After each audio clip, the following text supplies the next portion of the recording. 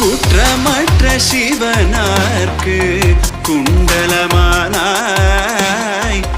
குறும் திருமாலினிற்கு குடையானாய் கற்றை குழல் பார்வதிக்கு கங்கணமானாய் கரவாமல் நின்று விளையாடு பாம்பே நீயாடு பாம்பே விளையாடு பாம்பே நீயாடு பாம்பே